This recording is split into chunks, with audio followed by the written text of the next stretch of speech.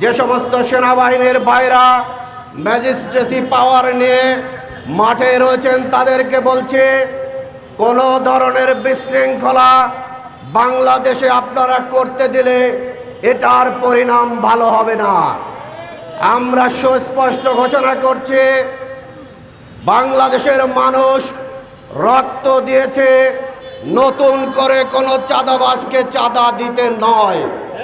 বাংলাদেশের মানুষ রক্ত দিয়েছে তার সম্পদ আবার কোনো আওয়ামী ফ্যাসিবাদের মতো অন্য কেউ এসে দখল করবে সেই জন্য নয়। বাংলাদেশের মানুষ এই জন্য রক্ত দেয়নি হাট ঘাট মাঠ নতুন নতুন নতুন ডাকাতদের হাতে দখল হয়ে যাবে।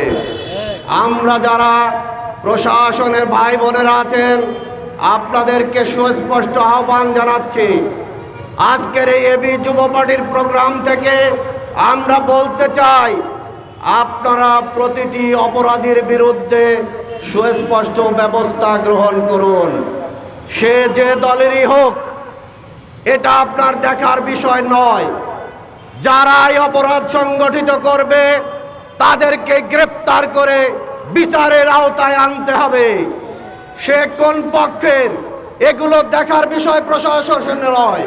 প্রশাসনের দায়িত্ব বাংলাদেশের রাষ্ট্রে কিভাবে আইন শৃঙ্খলা পরিস্থিতি উন্নত রাখা যায়, বাংলাদেশ রাষ্ট্রের বিচার বিভাগ কিভাবে সুষ্ঠুভাবে চলতে পারে, বাংলাদেশ কিভাবে সাধারণ মানুষের নিরাপত্তা দিতে পারে, সেটাই হচ্ছে প্রশাসনের দায়িত্ব। বাংলাদেশের জনগণের নিরাপত্তা বিঘ্নিত করতে পারে এই ধরনের কোনো সিন্ডিকেট নতুন করে বাংলাদেশে গড়ে উঠতে দেওয়া হবে না। আমরা সুস্পষ্টভাবে ঘোষণা করছি, এই ধরনের কোনো সিন্ডিকেটকে আমরা বরদাস্ত করব না।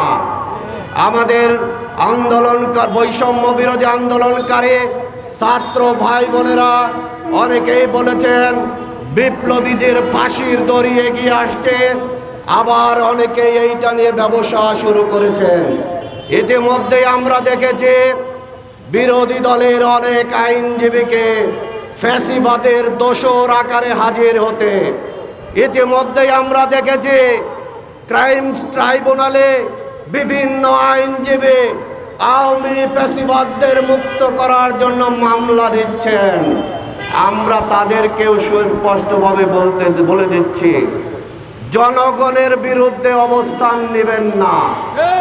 আওয়ামী দোসরদের মুক্ত করার জন্য ফ্যাসিবাদী খুনি হাসিনার যারা সাঙ্গপাঙ্গ ট্রাইব্যুনালে গ্রেপ্তার আছে তাদের মামলা লড়তে গিয়ে নিজেকে জামিনবিহীন মামলার আসামি হিসেবে দাঁড় করাবেন না। বাংলাদেশের মানুষ আপনাদেরকেও যদি ফ্যাসিবাদের কাতারে দাঁড় করায়, আপনাদের কিন্তু কোনো জামিন নেয়ার মামলায় জামিন নেয়ার কোনো উকিল থাকবে না। হতে পারেন আপনারা বড় বড় উকিল, আপনারা এই সমস্ত মামলায় জামিন পাবেন না। আমরা কোনো জামিনের ব্যবস্থা হতে দেব না। কোনো ফ্যাসিবাদের আশ্রয় প্রশ্রয় বাংলাদেশ রাষ্ট্রে হবে না। নতুন করে কোনো ফ্যাসিবাদকে আমরা জন্ম নিতে দেব না ইনশাআল্লাহ।